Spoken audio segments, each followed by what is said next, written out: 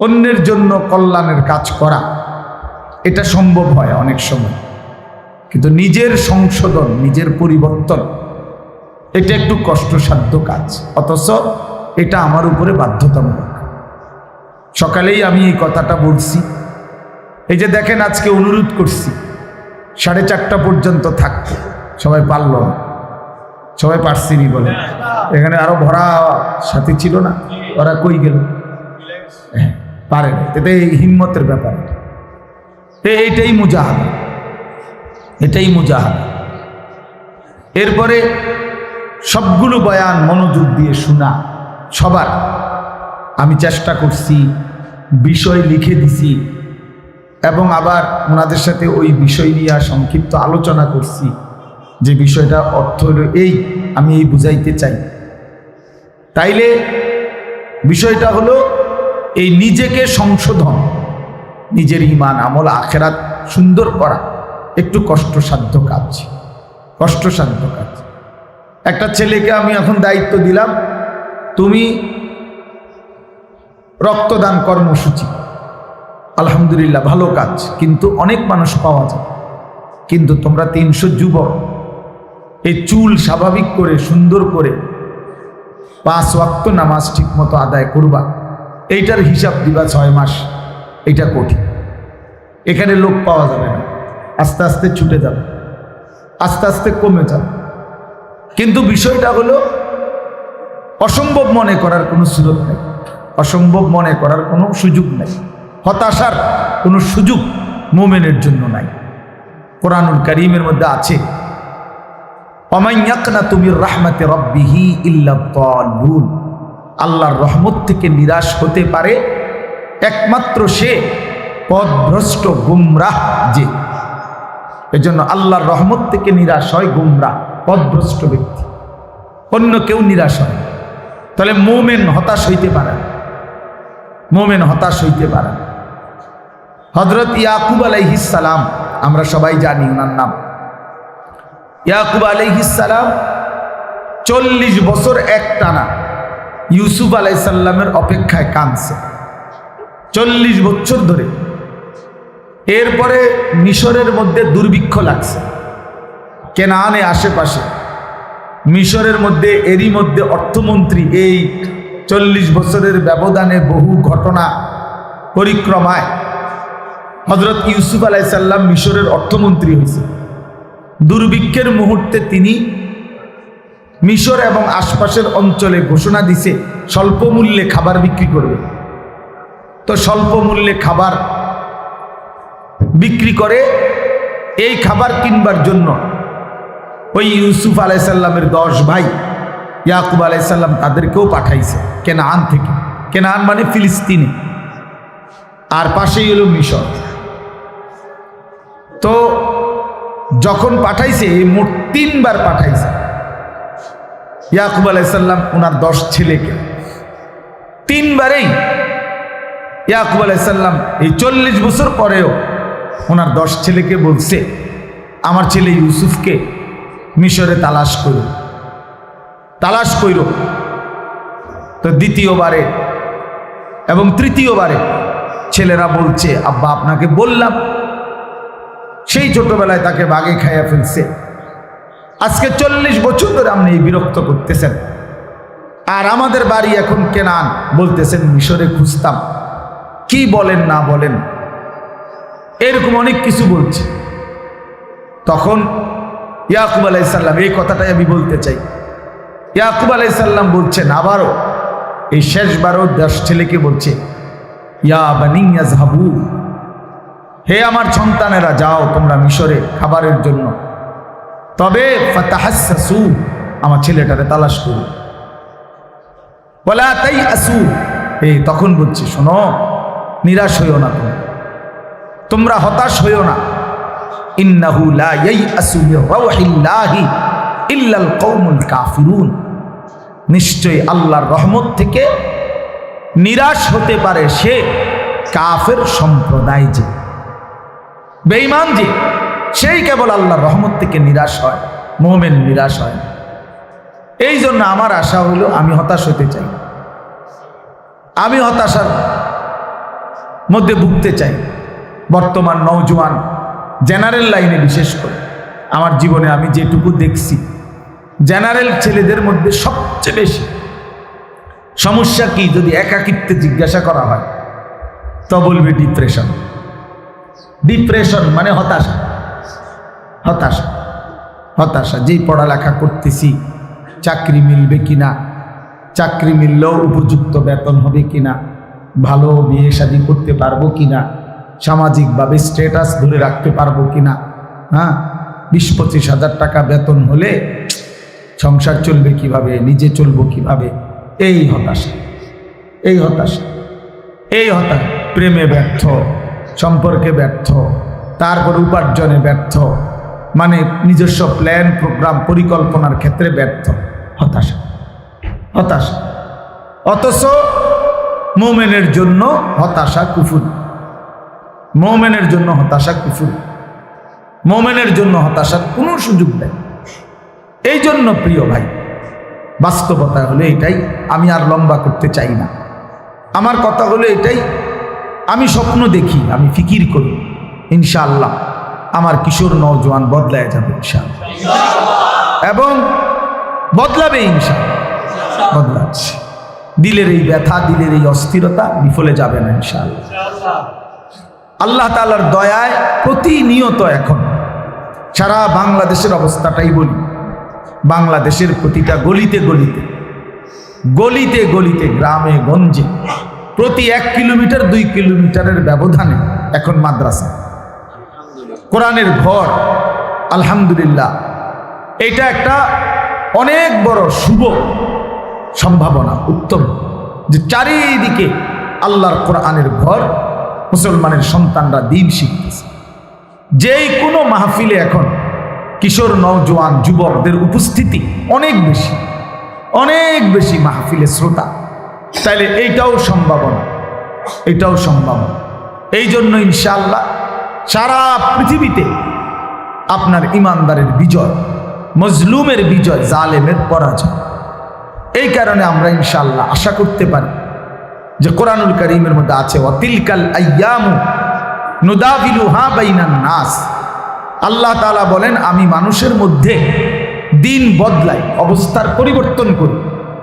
তো 1920 সালে চূড়ান্তভাবে মুসলিম খেলাফত, উসমানী খেলাফত, মানে এই জেনারেল শিক্ষিতরা যেটারে অটোমান সাম্রাজ্য কয়, তুরস্কের তুর্কি খেলাফত যেটারে কয়, অটোমান সাম্রাজ্য যেটারে বলে, মূলত হলো এটা উসমানী খেলাফত। দীর্ঘ 650 বছর মুসলমানদের শেষ খেলাফতের নাম ছিল উসমানী খেলাফত। এই 1920 সালে চূড়ান্তভাবে উসমানী খেলাফতের পতন হয়েছে, নিশ্চিহ্ন হয়ে গেছে। সেই হিসাবে আজকে 2025, 105 বছর হয়ে গেছে মুসলমানদের হাতে সারা বিশ্বব্যাপী খেলাফত নাই, ছিল না। যার ফলে সারা পৃথিবীতে আজ 100 বছরের চাইতে বেশি মুসলমান রক্তই দিয়ে গেছে, জুলুমের শিকার হয়েছে, নির্যাতিত হয়েছে। পৃথিবীর রন্ধ্রে রন্ধ্রে মুসলমান নির্যাতিত হয়েছে। তাহলে এইটা একটা লম্বা সময় পার হয়েছে। একটা সময় খেলাফত ছিল, মুসলমানদের রাজত্ব ছিল, মাঝখান দিয়ে আজকে অনেক দিন মুসলমান রাজত্ব হারা, খেলাফত শূন্য। তো এই অবস্থায়ও কাটছে আজকে অনেক দিন। তো এবারের সিরিয়ালে হিসাবে এইবার আল্লাহ তাআলা অবস্থার পরিবর্তন যখনই করবেন, যেদিনই সেদিনই ইসলামের বিজয়। এবারের সিরিয়ালে আমরা, হ্যাঁ, এবার সিরিয়ালে আমরা চিটার বাটফার আর থাকতো না বেশি, কোনো সন্দেহ। এবারের সিরিয়াল ইমানদারের সিরিয়াল, এবারের সিরিয়াল মোমেনের বিজয়ের সিরিয়াল। হ্যাঁ, এবারের সিরিয়াল কোরআনের বিজয়ের সিরিয়াল। এজন্য সর্বত্র সারা পৃথিবীতে কিশোর নওজোয়ান যুবক ইসলামের দিকে, আল্লাহর দ্বীনের দিকে, আল্লাহর জন্য জান বিলিয়ে দেওয়ার জন্য ব্যাপকভাবে প্রস্তুত, ব্যাপক। কোনো ষড়যন্ত্র দিয়েই কিচ্ছু। এই জঙ্গিবাদের নাটক সাজিয়ে 16 বছর বহু কিছু করছে, শেষ পর্যন্ত ঘোড়ার ডিম ছাড়া আর কিচ্ছু হয়েছে। এই মিথ্যুকরাই, এই ধোঁকাবাজরাই শেষ পর্যন্ত পলাইছে। বাস্তবতা হলো সবই ছিল সাজানো নাটক, সবই ছিল কি সাজানো নাটক। এই জন্য দোস্ত নওজোয়ান, এটা সত্য ইনশাআল্লাহ যে সব জায়গায় ইসলামের পুনর্জাগরণ। আজকে দিন মজুর স্বপ্ন দেখে তার ছেলে হাফেজে কোরআন হবে। আজকে সমাজের উচ্চবিত্ত হাজার কোটি টাকার মালিকও স্বপ্ন দেখে তার সন্তান হাফেজে কোরআন হবে। বাংলাদেশে যদি বারবার একটাই বর্তমানে বাংলাদেশে বিষয় আছে, যেই বিষয়ে বাংলাদেশ সারা পৃথিবীতে বারবার বিশ্ব বিজয়ী, সেটা হলো কোরআনুল কারীমের হিফজ প্রতিযোগিতা। এই ছাড়া আর কোনো ইস্যুতে বিশ্ববিজয়ী কোনো ইতিহাস বারবার হচ্ছে এমন বাংলাদেশের নাই, আর কোনো ইস্যুতে নাই। আর কোনো ফুটবল বলেন, ক্রিকেট বলেন, এসব কোনোটাতে নাই। বারবার বাংলাদেশের ছেলেরা কোরআনের হিফজ প্রতিযোগিতায় সারা পৃথিবীতে এবং আরব বিশ্বকে পিছনে ফেলে লাল সবুজের পতাকা বারবার ফাস্ট হয়ে যাচ্ছে। আমার পতাকা সবসময় উঠতেছে ইনশাআল্লাহ। তাহলে এই পতাকা যেহেতু বিজয়ের পতাকা, হ্যাঁ, লাল সবুজের পতাকা কোরআনুল কারীমের মাধ্যমেও যেহেতু হচ্ছে, আশা করা যায় ইনশাআল্লাহ আগামী দিনে বাংলাদেশেও কালেমার পতাকা উঠবে, ইসলামের পতাকা উঠবে ইনশাআল্লাহ। আমার নওজোয়ান ফিরবে, আমাদের সন্তানরা আল্লাহর দ্বীনের দিকে ফিরবে। এই জন্য দোস্ত আমার, বন্ধু আমার, এই শেষ কথা আমার অনুরোধ, এবারের রমজানকে সামনে রেখে তোমরা প্রত্যেকটা যুবক, যে কয়জন এখন আসছো, এই নওজোয়ান ভাই সবাই ইনশাআল্লাহ রমজানকে সামনে রেখে একটা টার্গেট ধরে জীবন পরিবর্তনের একটা সিদ্ধান্ত নাও ইনশাআল্লাহ। সিদ্ধান্ত নাও। আমার শায়েখ আল্লামা মুফতি মুশতাকুর নবী সাহেব বলছেন, কর্ম ধর্ম দুনিয়া আখেরাত অসাধারণ বুঝায় বলছেন, এবং এটা বুঝাইতে চাইছেন আমরা হুজুররা, আমরা মাদ্রাসাওয়ালারা, আমরা ওলামায়ে কেরাম কোনো সময় প্রজন্মকে কর্মবিমুখ করতে চাই না। আমরা এটা বলি নাই যে তুমি কর্ম ছেড়ে দাও, আমরা এটা বলি নাই তোমরা উপার্জন ছেড়ে দাও। আমরা বলছি অসভ্যতা ছেড়ে দাও, অসভ্যতা ছেড়ে দাও, নোংরামি ছেড়ে দাও, জেনা ছাড়ো, বেবিচার ছাড়ো, সুদ ছাড়ো, ঘুষ ছাড়ো, হারাম ছাড়ো, 2 নম্বরই ছাড়ো, হালাল উপার্জন করো। তো অসুবিধা কি? হালাল রোজগার করো, অসুবিধা কোথায়? এই জন্য বললাম যে হযরত বলছেন, আমার প্রিয় ভাই মাওলানা ইউসুফ বিন ইকবাল এটা বুঝায় দেখছেন যে হারাম সম্পর্ক রিজিক সংকীর্ণ করে দিবে, জিন্দিগি সংকীর্ণ করে দিবে, অভাব অনটন জীবনের তরে লাগায় রাখবে। এই জন্য দোস্ত, কোনোভাবেই যেন নিজের আখলাক, নিজের চরিত্র নষ্ট না করি। এবং মোবাইলের আসক্তি, মোবাইল আমার সহজ কথা হইল যে প্রয়োজনে নিজের স্বাভাবিক কথাবার্তা বলার জন্য ছোট মোবাইল ব্যবহার করো, বড় মোবাইল একান্ত প্রয়োজন না হইলে এটার থেকে আলাদা করো, নিজেরে বিচ্ছিন্ন করো।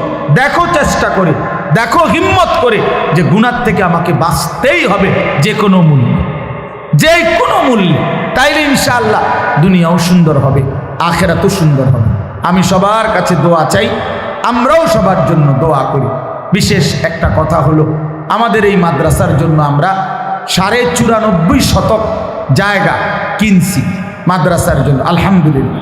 এই 94.5 শতক জায়গা প্রায় 1 একরের মতো এইখানকার একটু সামনে, এই বড় জায়গাটা প্রায় 2.20 লাখ টাকার মতো রেজিস্ট্রি খরচ সহ অনেক টাকা আমরা ঋণগ্রস্ত আমাদের মাদ্রাসা।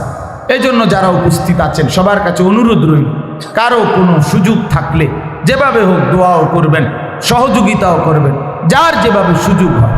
না হয়তো কমপক্ষে দোয়া করেন, আল্লাহ তাআলা যেন, আমার একটা বড় স্বপ্ন আছে যে একটা বড় মাদ্রাসা হবে, একটা বড় প্রতিষ্ঠান হবে, আল্লাহ যেন তৌফিক দান করে।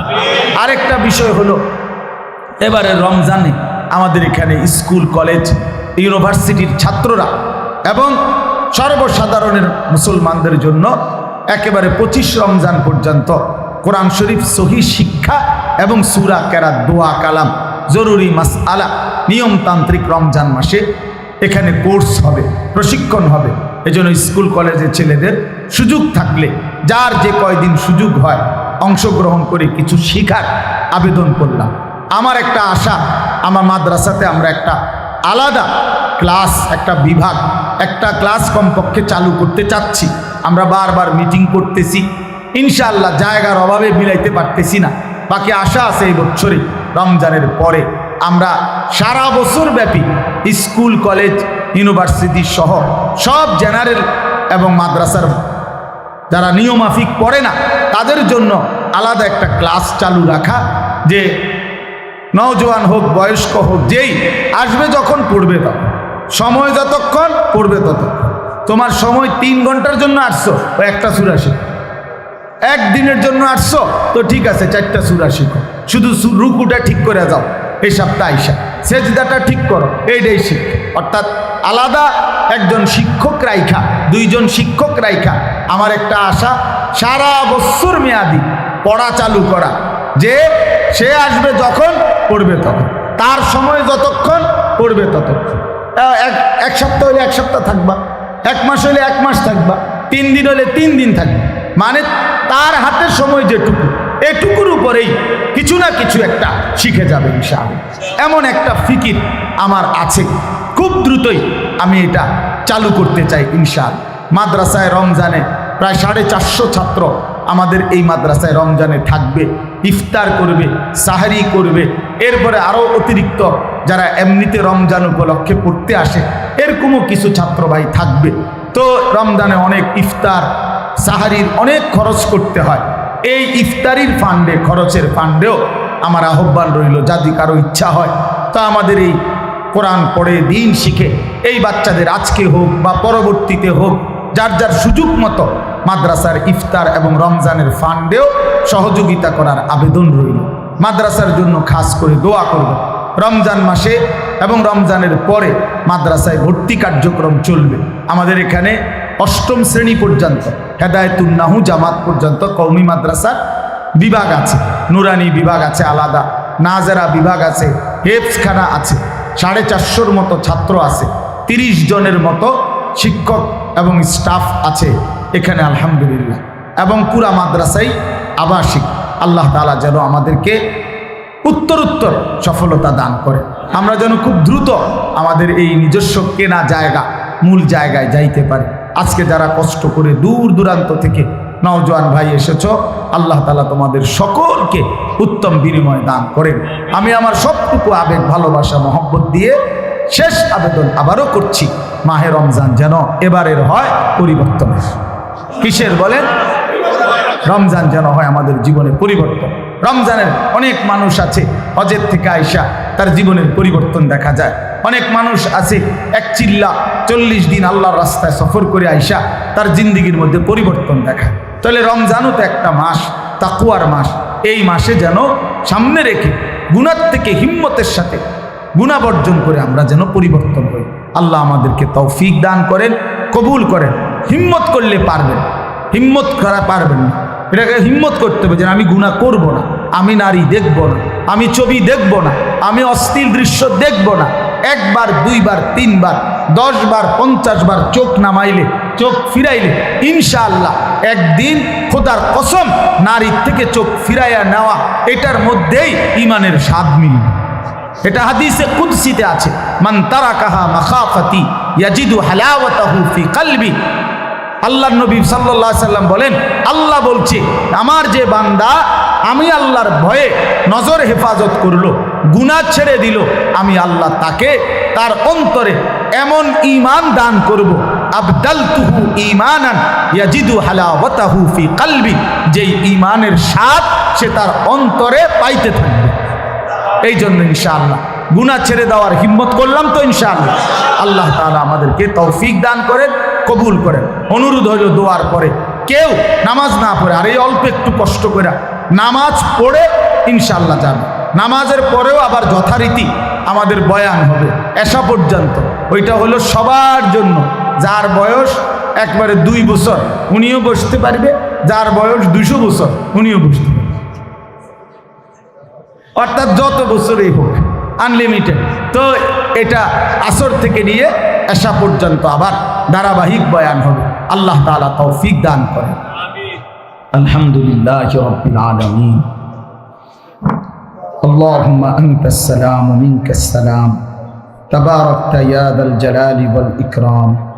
ইয়া রাব্বি লাকাল হামদু কামা ইয়ানবাগি লিজালালি ওয়াজহিকা ওয়া আযীমি সুলতানিক وصل على محمد كما هو أهلك وافعل بنا خيرا كما أنت شانك يا أرحم الراحمين يا أرحم الراحمين يا أرحم الراحمين ربنا ظلمنا أنفسنا وإن لم تغفر لنا وترحمنا لنكونن من الخاسرين ربنا آتنا في الدنيا حسنة وفي الآخرة حسنة وقنا عذاب النار رب ارحمهما كما ربياني صغيرا ربنا هب لنا من أزواجنا وذرياتنا قرة أعين وجعلنا للمتقين إماما ربنا وآتنا ما وعدتنا على رسلك ولا تخزنا يوم القيامة إنك لا تخلف الميعاد ربنا اصرف عنا عذاب جهنم إن عذابها كان غراما إنها ساءت مستقرا ومقاما اللهم إنا نسألك الهدى والتقى والعفاف والغنى اللهم ارحمنا بترك المعاصي ولا تشقنا بمعصيتك اللهم إنا نعوذ بك من شر سمعنا আয় আল্লাহ আপনি আমাদেরকে মাফ করে দেন আয় আল্লাহ আপনি আমাদেরকে মাফ করে দেন রব্বে করিম আপনি মাফ করে দেন মেহেরবান মওলা আপনি মাফ করে দেন পেছনের জিন্দেগির নাফরমানি মাফ করে দেন অন্ধকার ওই জীবন আপনি মাফ করে দেন আয় আল্লাহ আপনি মাফ করে দেন আয় আল্লাহ আপনি আযাব দিলে কোনো লাভ নাই মাফ করে দিলে আপনার কোনো ক্ষতি নাই আয় আল্লাহ মাফ করে দিলে আপনার কমবে না মাফ না পেলে আমাদের উপায় থাকবে না আল্লাহ আপনি ফিরাইয়া দিলে আর কোথাও আশ্রয় নাই আপনি তাড়িয়ে দিলে আর কোথাও ঠিকানা নাই আল্লাহ আপনার গোলাম আপনি সরিয়ে দিলে গোলাম আশ্রয় নিবে কার কাছে মাওলা ومن يغفر الذنوب إلا الله ولا يغفر الذنوب إلا أنت حسبنا الله ونعم الوكيل أي مولا মাফ করে দেন মাওলা আমাকে মাফ করে দেন মাওলা আমার সন্তানদেরকে মাফ করে দেন আমার নওজোয়ানদেরকে মাফ করে দেন আমার নওজোয়ানদেরকে মাফ করে দেন আমার নওজোয়ানদেরকে মাফ করে দেন আল্লাহ আমি আমার জিন্দেগির বিনিময়ে ভিক্ষা চাই মাওলা আল্লাহ আমি প্রতিটা নওজোয়ানকে ভিক্ষা চাই মাওলা আয় আল্লাহ আমি প্রতিটা যুবকের ঈমান চাই মাওলা তাকওয়া চাই মাওলা সেজদাওয়ালা কপাল দেখতে চাই কাঁদনেওয়ালা চোখ দেখতে চাই কাঁদনেওয়ালা চোখ দেখতে চাই কাঁদনেওয়ালা চোখ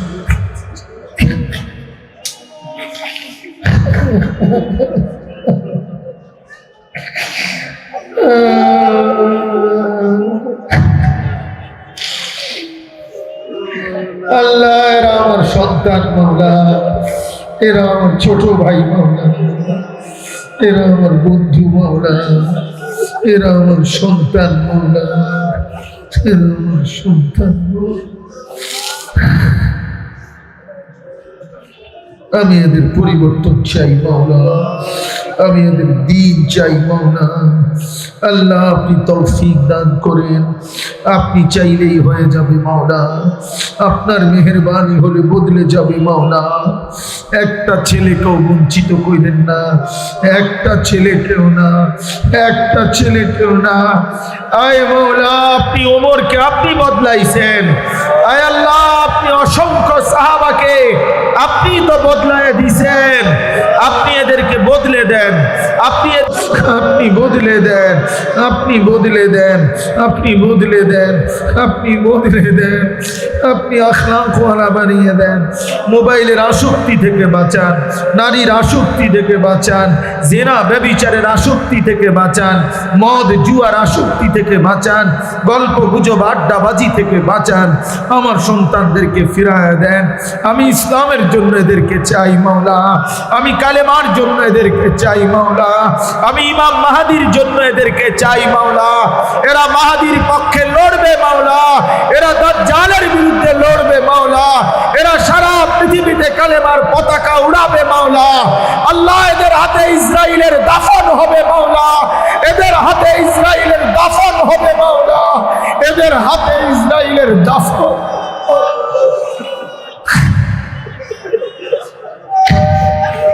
এদের হাতে ইসলামের বিজয় হবে, কালেমার বিজয় হবে, ঈমানের বিজয় হবে ইনশাআল্লাহ। আল্লাহ যুবকের হিম্মতে মজলুম হাসবে মাওলা, মোমেন বিজয় হবে মাওলা, বিধবা নারী আশ্রয় পাবে মাওলা, এতিম সন্তান আশ্রয় পাবে মাওলা। আল্লাহ আল্লাহ আল্লাহ, এই মাওলা আপনি মাফ করে দেন, আপনি কবুল করে নেন, আপনি কবুল করে নেন, আপনি কবুল করে নেন। প্রতিটা যুবককে তাকওয়া দান করেন, রমজানকে কবুল করেন, রমজান পর্যন্ত হায়াত ভিক্ষা দান করেন। আল্লাহুম্মা বারিক লানা ফি রাজাব ওয়া শাবান ওয়া বাল্লিগনা রমাদান ওয়া বাল্লিগনা রমাদান। রমজান না দেখায়া কবরে নিয়ে নাও না, এত কাছে আইনা তরি ডুবায়া দিয়েন না, এত কাছে আইনা ডুবায়েন না, কবরে দিয়েন না মাওলা, মৌত দিয়েন না মাওলা, মৌত দিয়েন না মাওলা। আল্লাহ আমার ঘর পরিবার স্ত্রী সন্তানকে অনেক জীবন দান করেন, আমাদের প্রত্যেকের সন্তানদেরকে কবুল করে নেন, আমার কিশোর যুবক নওজওয়ানদেরকে ফিরায়া দেন। ইয়া মুকাল্লিবাল কুলুব সাব্বিত কুলুবাহুম আলা দীনিক, ইয়া মুকাল্লিবাল কুলুব সাব্বিত কুলুবাহুম আলা দীনিক। আল্লাহুম্মা লা সাহলা ইল্লা মা জাআলতাহু সাহলা ওয়া আনতা তাজআলুল হাজনা ইযা শি'তা সাহলা। আল্লাহুম্মা লা সাহলা ইল্লা মা জাআলতাহু সাহলা ওয়া আনতা তাজআলুল হাজনা ইযা শি'তা সাহলা। লা ইলাহা ইল্লা আনতা সুবহানাকা ইন্নী কুনতু মিনাজ জালিমিন। হাসবুনাল্লাহু ওয়া নি'মাল ওয়াকিল, নি'মাল মাওলা ওয়া নি'মান নাসির। আল্লাহুম্মা ইগফির যুনুবাহুম, আল্লাহুম্মা ইগফির যুনুবাহুম, আল্লাহুম্মা ইগফির যুনুবাহুম ওয়া তাহহির কুলুবাহুম, ওয়া তাহহির কুলুবাহুম ওয়া হাসসিন ফুরুজাহুম, ওয়া হাসসিন ফুরুজাহুম। আল্লাহ রব্বির হামহুমা কামা রব্বায়ানি সগীরা। সুবহান রাব্বিকা রব্বিল ইজ্জাতি আম্মা ইয়াসিফুন ওয়া সালামুন আলাল মুরসালিন আলহামদুলিল্লাহি রাব্বিল আলামিন। যখন বলছে আমি ব্যাপক প্রস্তুতি নিয়ে আসছিলাম, তো প্রথমে আমি তাদেরকে বললাম যে তোমরা ছোট্ট কাগজে আমারে একটু লিখে জানাও যে তোমাদের সমস্যা কি। তিনি বলেন যে যুবকরা আমার কাছে যখন কাগজগুলো দিল, আমি কাগজগুলো দেখে তারা আমার কাছে যেই সমস্যা পেশ করলো, আমি আসমান থেকে পড়লাম যে হায়, আমি ভাবছি তাদেরকে নিয়ে কি আর তারা ভাবতেছে কি। আমার ভাবনার সাথে তাদের ভাবনা আকাশ পাতাল ব্যবধান।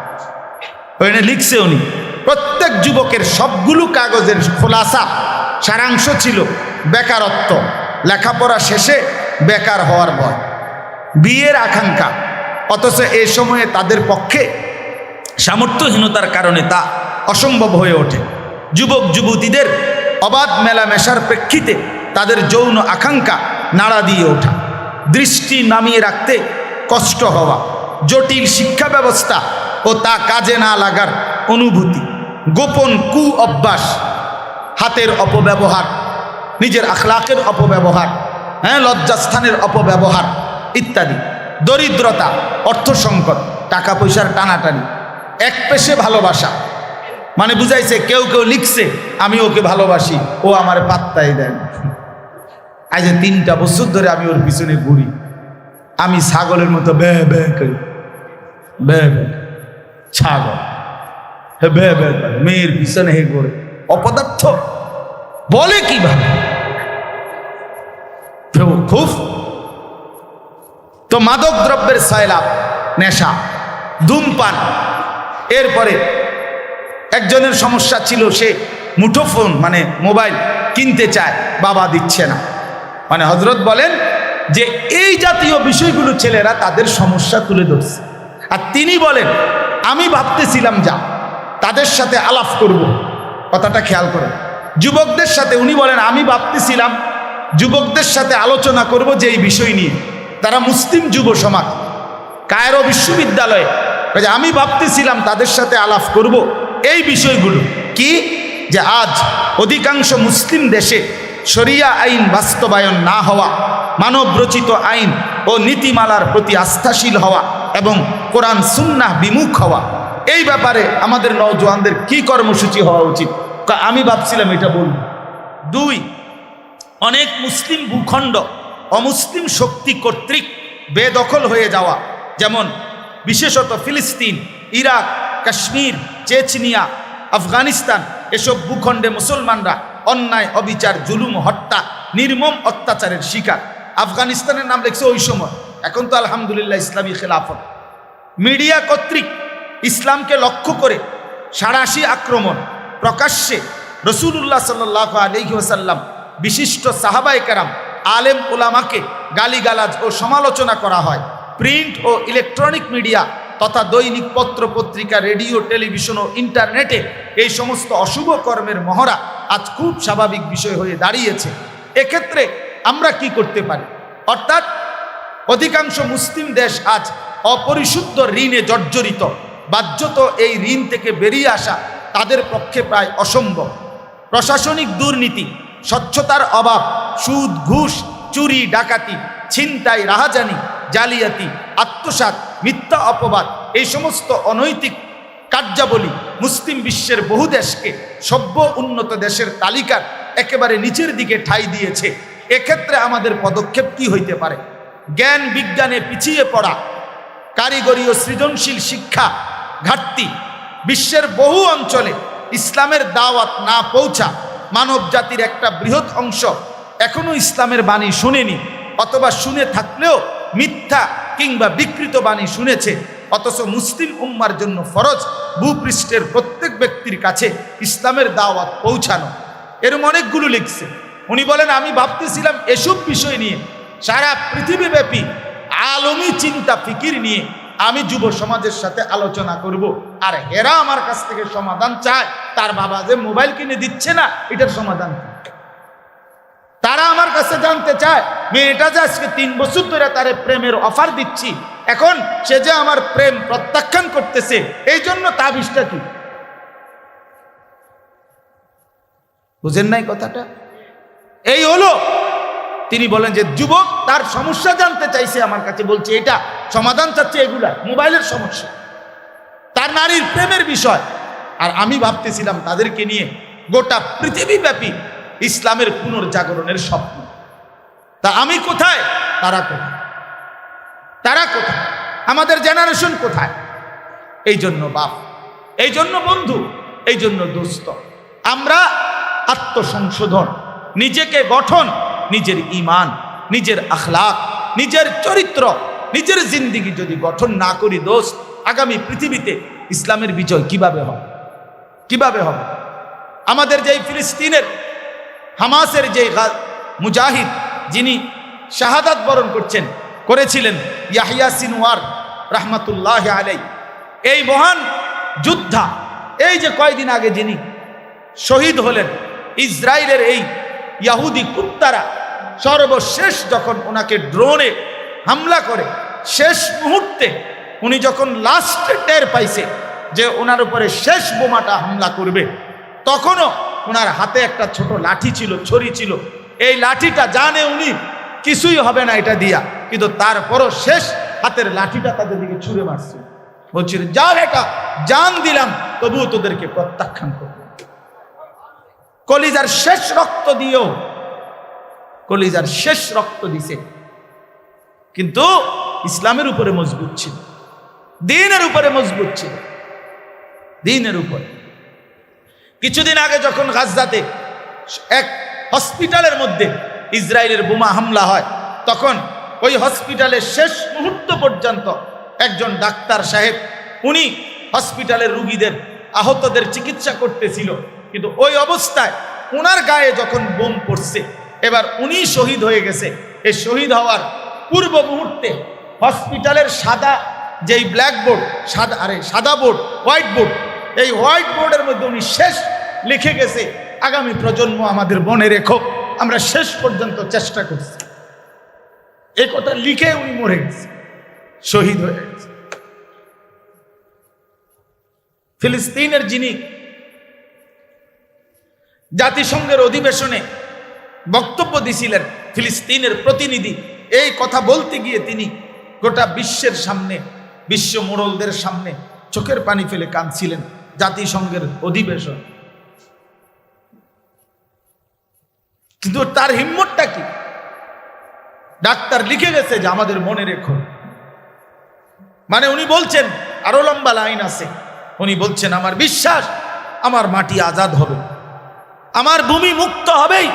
তো তোমরা যেদিন মুক্ত করবা, যেই প্রজন্ম, তোমরা আমাদেরকে মনে রেখো যে আমরা শেষ মুহূর্ত পর্যন্ত আমরা মাতৃভূমির সংরক্ষণের জন্য চেষ্টা করেছি।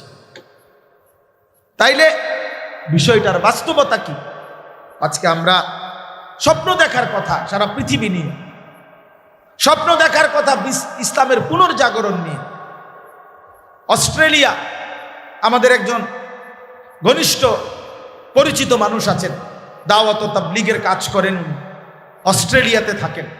উনি বলছেন আমাদের সুধন্যপুর আমার শায়েখের মাদ্রাসার মধ্যে উনি তখন বক্তব্য দিতে গিয়ে বলছিলেন যে অস্ট্রেলিয়াতে এমন বিচ্ছিন্ন ছোট ছোট দ্বীপ এখনো আছে, এখনো এই অত্যাধুনিক পৃথিবীর এই যুগেও অস্ট্রেলিয়াতে এমন বিচ্ছিন্ন দ্বীপ আছে যেখানে মানুষের বসবাস সভ্য পৃথিবীর কোনো ছোঁয়া যেখানে লাগে নাই, সেই জায়গাতেও আপনার এখনো এমন অনেক মানুষ আছে যারা কালেমার আহ্বান শুনে নাই, ইসলামের দাওয়াত পায় নাই। তো এখন ওই মানুষগুলো পর্যন্ত পৃথিবীর শেষ মানুষটার কাছে ইসলাম পৌঁছিয়ে দেওয়া কার জিম্মাদারি? এখনো আবু বকর সিদ্দিক রাদিয়াল্লাহু তাআলার জিম্মাদারি। কথা বলে না, বলো না ভাইয়া, এখনো কি ওমরে ফারুকের জিম্মাদারি? তো কার জিম্মাদারি? ওমর ফারুকের উত্তরসূরির জিম্মাদারি, আমার জিম্মাদারি, তোমার জিম্মাদারি। তুমি কোন দিন ডাকবা মানুষকে আল্লাহর দিকে? তুমি ফিরবা কোন দিন? দিন নাই, রাত নাই, শুধু মোবাইল, শুধু নারী, শুধু ছবি, শুধু অস্থিরতা, শুধু বেহায়াপনা, শুধু হাসি ঠাট্টা আহ্লাদ। এই এক জিন্দেগি কি? শুধু বিনোদন, শুধু মজা, শুধু উৎসব, শুধু আনন্দ, শুধু ফুর্তি। হায় হায়, একই জীবন, একই জীবন। এ কোথায় যাচ্ছি আমরা শেষ পর্যন্ত? এজন্য বন্ধু, দোস্ত, আখলাকের সুন্দর চাই, আখলাকের সুন্দর চাই, আখলাকের সুন্দর চাই। একজন যুবক, মূলত আমাদের কোরআন সুন্নাহর ভাষায় যে প্রাপ্তবয়স্ক সেই যুবক, অর্থাৎ যে বালেগ হয় সেই যুবক, সেই যুবক মূলত, অর্থাৎ একটা মেয়ে 13 থেকে 14 এই 1 বছরের ভিতরে সাবালিকা হয়, সেই প্রাপ্তবয়স্ক, যখনই তার মাসিক ঋতুস্রাব শুরু হয়। আর একটা ছেলে 14 থেকে 15 এই 1 বছরের ভিতরেই সে প্রাপ্তবয়স্ক হয়। এই বছরের ভিতরেই স্বাভাবিকভাবে তার বীর্যপাত হয়, স্বপ্নদোষ হয়, বীর্যপাত হয়। আর তখন থেকেই সে, যেদিন থেকে প্রথম তার বীর্যপাত হয়েছে সেদিন থেকেই সে সাবালক, যুবক, প্রাপ্তবয়স্ক। সেদিন থেকে মৃত্যু পর্যন্ত খোদার কসম প্রতি সেকেন্ডের হিসাব আল্লাহ তাআলা নেন। এক এক সেকেন্ডের হিসাব আল্লাহ তাআলা নেন, এক এক সেকেন্ডের হিসাব আল্লাহ তাআলা নেবে। তাইলে তুমি বন্ধু 15 বছর, 16 বছর, 17 বছর বলে নিজেরে ছোট মনে করলা কেন? তুমি ভাবলা যে আমি এখনো বাচ্চা মানুষ, তোমার বাপে কয় তুমি বাচ্চা, তুমি নিজেও ভাবতেছো আমি এখনো লাইফটা এনজয় করি, আমার এখনো আরো অনেক সময় বাকি। কে বলছে অনেক সময় বাকি? ইন্না যারআ কাদ তুদরিকুল আহাতু ক্বাবলা আন ইয়াবলুগা। হাসান বসরি রাহমাতুল্লাহ আলাইহি বলছেন, ইয়া মাশারাশ শাবাব। হাসান বসরি রাহমাতুল্লাহ আলাইহি বলেন, হে যুবক, হে যুব সমাজ, মনে রেখো অসংখ্য ফুল পরিপক্ক হওয়ার আগে, ফলে পরিণত হওয়ার আগেই ঝরে যায়। অসংখ্য ফল একেবারে পাকা পর্যন্ত পৌঁছায় না, তার আগেই ঝরে যায়। তার মানে গাছের আমের যেই মুকুল বের হয় সবগুলো আম হয়, যেটুকু ছোট ছোট আম হয় সবগুলো বড় হইয়া পাকে না, ঝরে যায় বেশি না থেকে যায় বেশি? ঝরে যায় বেশি। এই জন্য বৃদ্ধ হয় কম, কিশোর নওজোয়ান, এটা মনে রাখো, এর আগেই যৌবন কালেই মৃত্যু হয়ে যায়, অধিকাংশ মৃত্যু হয়ে যায়। কাজে সময় বেশি নাই, সময় আজকেই, সময় এখনই, সময় এখনই। আল্লাহ তাআলা কুরআনুল কারীমের মধ্যে বলছেন শিশুকালকে দফ, শিশুকাল হলো দুর্বল, বৃদ্ধকালকে আল্লাহ বলছে দফ, দফ মানে দুর্বল। শুধু কোরআনে আল্লাহ কসম, আল্লাহ বলছে শক্তি, কুওয়াতান, এটা যৌবনকাল, যৌবনকালকে আল্লাহ শক্তি বলছে। তাহলে যৌবনই মানে মানে শক্তি, শক্তি মানেই যৌবন, শক্তি মানেই যৌবন।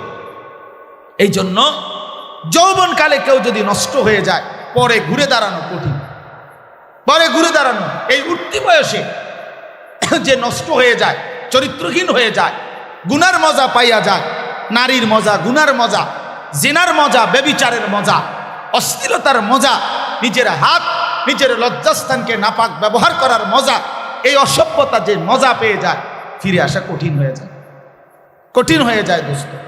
এই জন্য বন্ধু, 16 বছর ছোট না, 17 বছর ছোট না।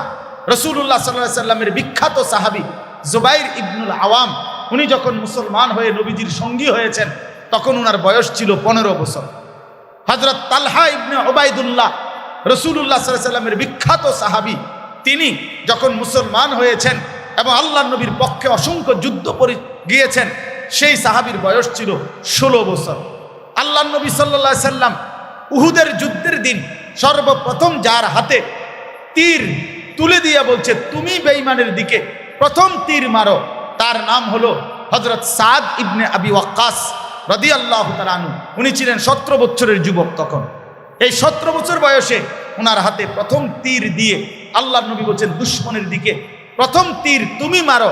আর একটা কথা জবান দিয়ে বলছে, যেটা নবীজি এই একবারই জীবনে বলছে, এক যুবককেই শুধু নবী একবার বলছে জীবনে, ইরমি সাদ ফিদাকা আবি ওয়া উম্মি, সাদ দুশমনের দিকে তীর মারো, মুহাম্মদের মা বাপ তোমার জন্য কুরবান, আমার মা বাপ তোমার জন্য কুরবান। এটা রাসূলুল্লাহ সাল্লাল্লাহু আলাইহি ওয়াসাল্লাম আর কাউকে কোনোদিন বলেন। সাহাবীরা বলতো নবীজিকে, ইয়া রাসূলুল্লাহ, আমার মা বাপ আপনার জন্য কুরবান হোক। কিন্তু নবী একবার শুধু এক যুবককেই বলছেন, যুবক তোমার জন্য মুহাম্মদের মা বাপ কুরবান হোক। তাইলে 17 বছর বয়সে ছিলেন, 17 বছর বয়সের হযরতে সাদ ইবনে আবি ওয়াক্কাস, হযরতে উসামা ইবনে যায়েদ রাদিয়াল্লাহু তাআলা আনহু, আল্লাহর নবী যখন সর্বশেষ ইন্তেকালের পূর্বে যুদ্ধের যে শেষ কাফেলা নবীজি সিরিয়াতে রোমানদের বিরুদ্ধে পাঠিয়েছিলেন, তখন ওই যুদ্ধের সেনাপতি বানাইছেন হযরত উসামাকে। তখন ওনার বয়স 18 থেকে 20 বছর।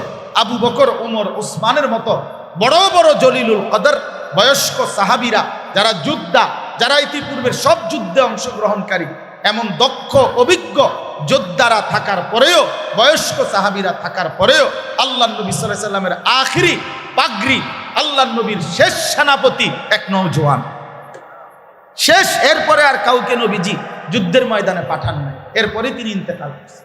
শেষ নওজোয়ানের মাথায় আল্লাহ নবী পাগড়ি মাথায় দিয়া, পরায় দিয়া, এই 20 বছরের উসামাকে বলছেন, আগামী নওজোয়ান, আগামীর ইসলাম তোমাদের হাতে তুলে দিলাম, তোমরা আগায় নিও, তোমরা আগায় নিও।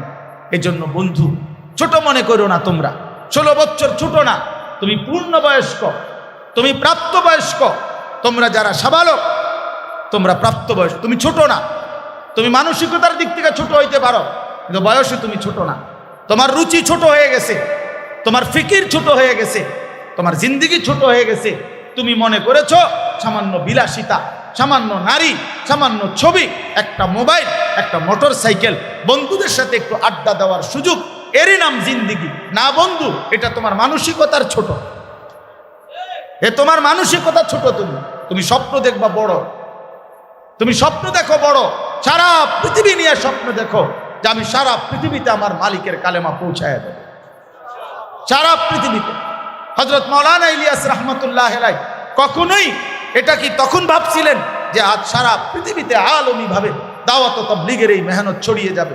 কিন্তু স্বপ্ন দেখছিলেন, আশা করছিলেন, আশা করছিলেন, স্বপ্ন দেখেছিলেন যে একদিন পৃথিবীর দিক দিগন্তে পৌঁছে যাবে। হযরত মাওলানা ইলিয়াস রাহমাতুল্লাহ আলাইহি এত বেশি অসুস্থ ছিলেন যে পড়ালেখার জীবনে উনি ঘন্টার পর ঘন্টা মাথা নিচের দিকে দিয়ে উপর হয়ে শুয়ে থাকতেন। এত দুর্বল, এত অসুস্থতা ওনার ছিল যে ঠিকমতো পড়তেও পারতেন না। হযরত মাওলানা ইয়াহইয়া কান্দলভি, মানে ইলিয়াস রাহমাতুল্লাহ আলাইহির বড় ভাই ইয়াহইয়া কান্দলভি রাহমাতুল্লাহ আলাইহি, উনি খুব অসুস্থ। অসুস্থ অবস্থা থেকে যখনই একটু ভাল লাগতো তো একটু বই নিয়ে খুলতেন। তখন ইয়াহইয়া কান্দলভি রাহমাতুল্লাহ বলতেন, ইলিয়াস কইরা তুমি আর কিরবা, তোমার যে শরীর, হ্যাঁ, শুধু শুধু কি লেগা পড়বা, হ্যাঁ তুমি তো মরেই যাবে, তোমার দিয়ে তার কিচ্ছু হবে না। তখন ইলিয়াস রহমতুল্লাহ বলতো, ভাইজান আমি তো এটা বিশ্বাস করি আমারে দিয়ে কিছুই আর হবে না, তো এই জন্য না ফইরেই আর লাভ কি, কিন্তু পড়ি যেহেতু আমার দিয়ে কিছু হইতো না, আমিও বুঝছি, কারণ আমার যে শরীর, আমি যে অসুস্থ, আমারে দিয়ে কিছু হবে না, কিন্তু এরপরও একটু পড়ি। সেই মানুষটা সারা পৃথিবী আলোকিত করে দিয়েছে। যুগ জামানা বদলে দিতে চাই না হাজার জন, এক মানুষই আনতে পারে জাতির জাগরণ। একজনই পারে, একজনই চাইলে, এক বুক হিম্মত থাকতে হয়, এক অদম্য সাহস থাকতে হয়। এজন্য নওজোয়ান ভাই, আমি আজকে ইনশাআল্লাহ আবার সুযোগ হলে জোহরের পরে আসরের আগে আবার কথা বলবো ইনশাআল্লাহ, কিন্তু আজকে আমার এটুকু প্রথম কথা যে আমার শুধু ফিকির এটা আমি বুঝাইতে পারলাম কিনা যে আমাদের নিজের আখলাক, নিজের চরিত্র, নিজের জিন্দিগি গঠন হওয়া দরকার কিনা। বলো না ভাইয়া, দরকার কিনা? তুমি বদলাও ইনশাআল্লাহ, আগামীর পৃথিবী বদলে যাবে ইনশাআল্লাহ, সারা পৃথিবীতে কালেমার পতাকা উঠবে ইনশাআল্লাহ।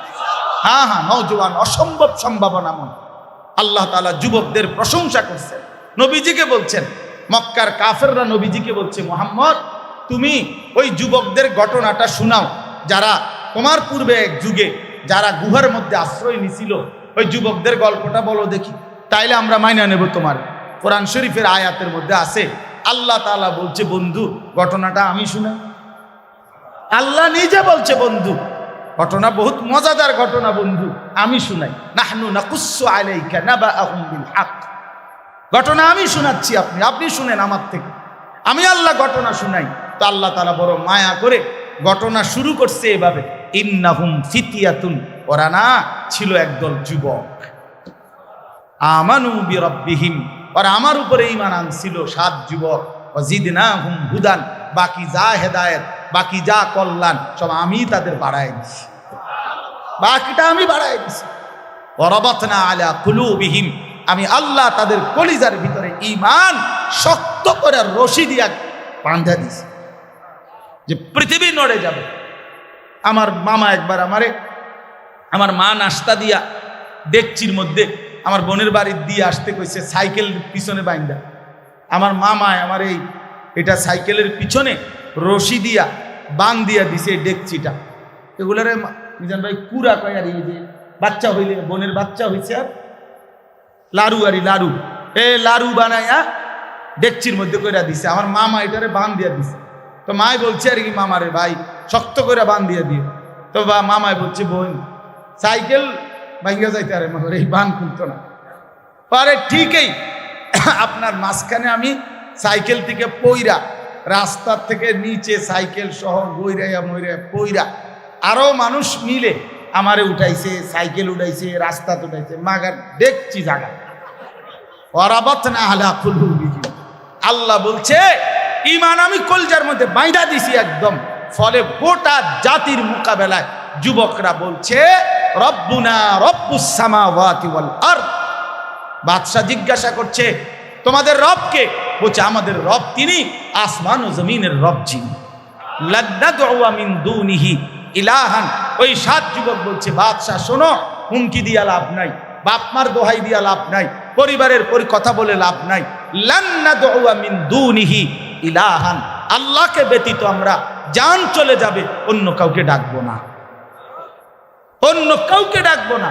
লাকাদ কুলনা ইদাম শাতাতা, যদি আল্লাহকে বাদ দিয়ে কারো ডাকি তো এটা হবে আমাদের জন্য দুর্ভাগ্য, দুর্ভাগ্য। এই জন্য ইনশাআল্লাহ আগামীর নওজোয়ান তুমি যদি হিম্মত করো, চরিত্র সুন্দর করো, আখলাক ঠিক করো, ইনশাআল্লাহ তোমার হাতে মাহাদির পতাকা উড়বে ইনশাআল্লাহ, ইসলামের পতাকা উড়বে ইনশাআল্লাহ, কালেমার পতাকা উড়বে ইনশাআল্লাহ। রাজি তো আমরা ইনশাআল্লাহ? সবাই রাজি তো ইনশাআল্লাহ? আল্লাহ তাআলা হিম্মত দান করেন, তৌফিক দান করেন। ওরে মুসলিম ভীরু কাপুরুষ, ভয় কেন আজ করিস রণে, কিসের শঙ্কা ছুটে চল আজি, জীবন পাবি রণাঙ্গনে।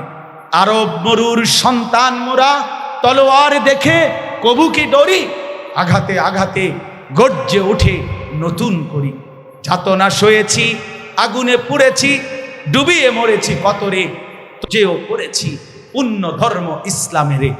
নস নস তুই হীন নস, আছে রে তোর অজেয় খ্যাতি, মুসলিম, তুই বিশ্বাস কর দুনিয়া মাঝে তুই শ্রেষ্ঠ জাতি, দুনিয়া মাঝে তুই শ্রেষ্ঠ জাতি। আল্লাহ তাআলা আমাদের প্রতিটা নওজোয়ানকে হিম্মত দান করেন, উত্তম আখলাক দান করেন ইনশাআল্লাহ। আমার পরম শ্রদ্ধেয় আমাদের, আমি শুরুতেই বলছি, আমাদের দাওয়াত ও তাবলীগের অন্যতম সাথী, জীবনের সব ক্ষেত্রে আমরা একসাথে দাওয়াত ও তাবলীগের সব কাজ একসাথে মিলেমিশে আমরা করি।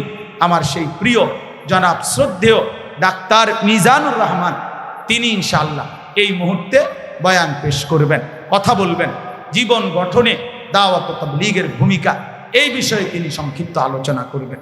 আল্লাহ তাআলা তৌফিক দান করেন, আমিন।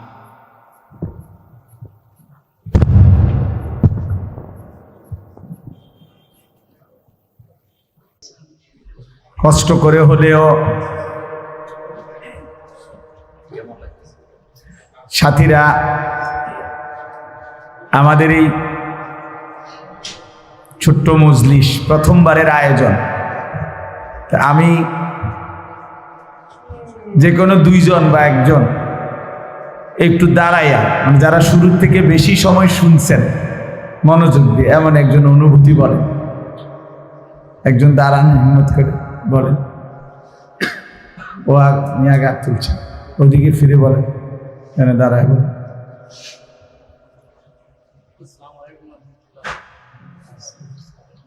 আমার নিজের অনুভূতি যে আসলে আমি আসছি এখানে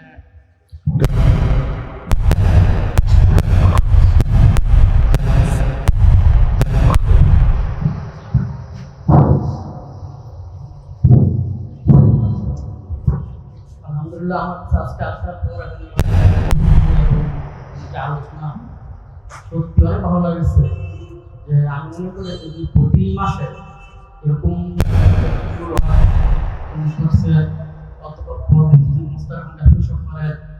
বা যদি থানা শিক্ষিত হয়, তো আমরা যারা জেনারেল শিক্ষিত আছি, আমি নিজে জেনারেল শিক্ষিত, তো যারা জেনারেল শিক্ষিত আছে এদের জন্য অনেক ফায়দা হবে। মাশাআল্লাহ। আরেকজন, তুমি বলতে চাইছো, কও। আলহামদুলিল্লাহ, আপনাদের বয়ানে আমিও জেনারেলে করছি, তাবলীগে যাওয়ার পর নামাজে করতেছি। আমার মসজিদের মুসলিমদের প্রতি, ছাত্রদের প্রতি আমার অনেক মহব্বত হয়েছে। আর আজকে সাহায্য নিয়ে আসছি বড় এদের দিক দিয়ে আপনাদের বয়ানে আমি অনেক আগ্রহ পাই। আর আজকের বয়ানে আমার হৃদয়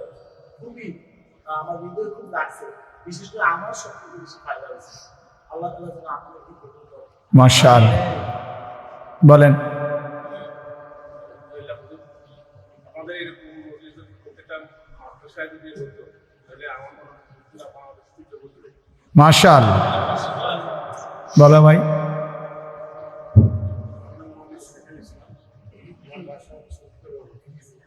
কোথায়?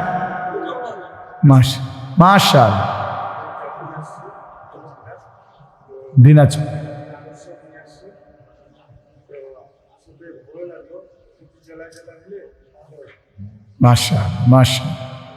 মাশাআল্লাহ। আল্লাহ আমাদের সবাইকে তৌফিক দান করুন। বিষয়টা হলো, আমি একটু কঠোরভাবেই চেষ্টা করছি সবাই যেন বসে শোনে, নিজেও এই জন্য বারবার সকাল থেকেই আমার অনেক মানুষের সাথে আমি ঠিকমতো কোনো কথাই বলি নাই। মাহফিলের দাওয়াত দেওয়ার জন্য বহু দূর দূরান্ত থেকে অনেক বয়স্ক বাবারা, চাচারা, আলেম অনেকেই আসছে, এখনো আছে। সবাইকে বিদায় করে দিছি। বারবারই বলছি যে না, এটা আমার গুরুত্বপূর্ণ। এই জন্য কারো কোনো কথাই ঠিকমতো মাহফিলের বিষয়ে শুনি নাই আজকে। এই জন্য প্রিয় ভাই, আসলে একদিনে অবস্থার সব পরিবর্তন হবে এটা আমরা বলি না, কিন্তু ইনশাআল্লাহ আমরা বিশ্বাস করি ধারাবাহিক এই মেহনত ইনশাআল্লাহ অবস্থার পরিবর্তন করবে। একটা গুরুত্বপূর্ণ বিষয় হলো, আমি সবসময় বলি যে মানুষের সেবা, মানুষের কল্যাণ করা অনেকের পক্ষেই সম্ভব হয়, কিন্তু নিজের সংশোধন, নিজেকেই ঈমান, আমল, আখলাকের উপরে ধরে রাখা এটা একটু কঠিন। মনে করেন আপনারা, আমরা এখন সিদ্ধান্ত নিলাম যে আমরা আগামী 15 দিন পরে 3000 মানুষকে আমরা শীতবস্ত্র দেব। তো মনে করেন প্রত্যেকের 2000 টাকার শীতবস্ত্র দেব। তো এই টাকাগুলো সংগ্রহের জন্য যদি নওজোয়ানদেরকে উৎসাহিত করি, খুব অল্পতেই মিলে যাবে। সবাই টানাটানি করে টাকা দিবে, আমি বুঝি, হয়ে যাবে ইনশাআল্লাহ। এবং এটা ভালো কাজ, নিঃসন্দেহে মানব সেবা, জনকল্যাণ, মহৎ কাজ, কোনো সন্দেহ নেই। কিন্তু আমরা যদি এটা বলি যে আগামী 60 দিন আমরা 300 যুবক এমন চাই যে ফজরের নামাজ জামাতের সাথে পড়ব, এটা একটু কঠিন। এটা কি একটু কঠিন, এটা একটু কঠিন। আগামী 60 দিন কোনোভাবেই মোবাইলে নারীর ছবি দেখব না, নজর হেফাজত করব, এটা একটু কঠিন। এই জন্য আমি বলতেছি, আসলে এমনিতে অন্যের জন্য সেবা করা